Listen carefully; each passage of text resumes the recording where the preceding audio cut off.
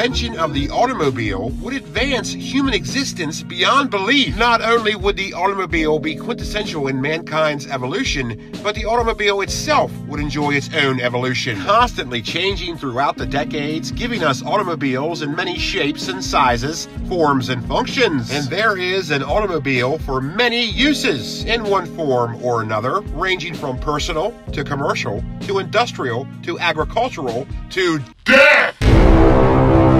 Yes, indeed, and allow me to explain. Just like with the seafaring vessels of old, we humans often give our vehicles personas, and therefore, in effect, humanizing them. I mean, hey, you might as well. I mean, we spend enough time with them, we certainly rely on them, so why not make a friend out of them? And there are some stories that actually take that concept a step further and make certain vehicles sentient beings. And then there are other stories that take that concept even further and not only make vehicles sentient beings, but also murderous machines of malice and mayhem. Yes, violent and vicious vehicles of vile and villainous intent. And though this concept might seem highly unbelievable and very unnatural, it just kind of works. And turning vehicles into murderous monsters is rather entertaining, and what works in a story would most certainly work on film. And the absolute best example of this would have to be Christine, which was released in theaters December 9th, 1983, which is based on a Stephen King novel of the same name that was published in the same year. Boy, they certainly didn't waste any time cranking that movie out. And this delightful little story is about a car, a 1958 Plymouth Fury to be exact,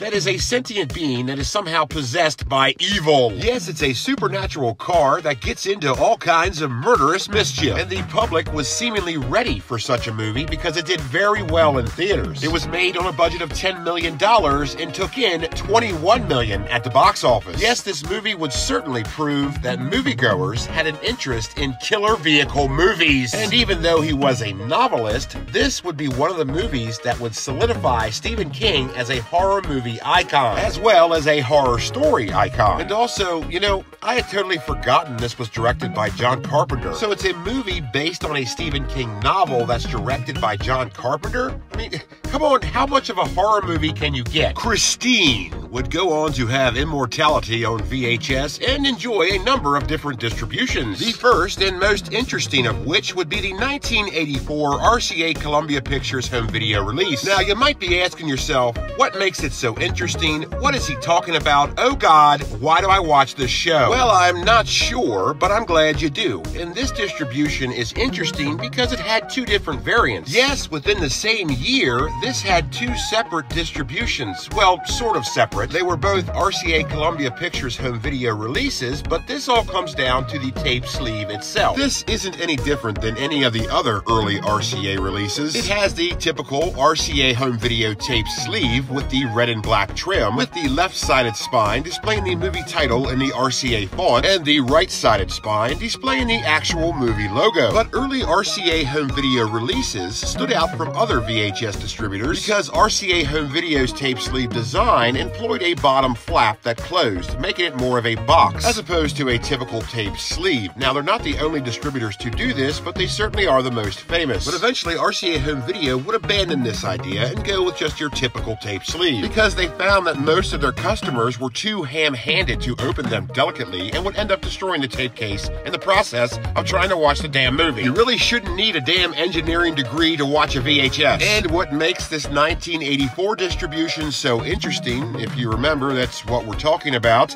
is the fact that RCA Columbia Pictures home video used both sleeve designs. So in 1984, we would get two different distributions from the same distributor of the same movie. Yeah, not sure what's going on there, but it happened, and you can find either of these relatively easy today, with the current asking prices ranging from anywhere to $7 to $75. Christine wouldn't be released on VHS again until 1995, which was by Columbia TriStar Home Video, who was previously RCA Columbia Pictures Home Video, and they would release it one more time in 1999. Are these hard to find and expensive? Nah and nah. Yeah, they're easy to find, pretty cheap.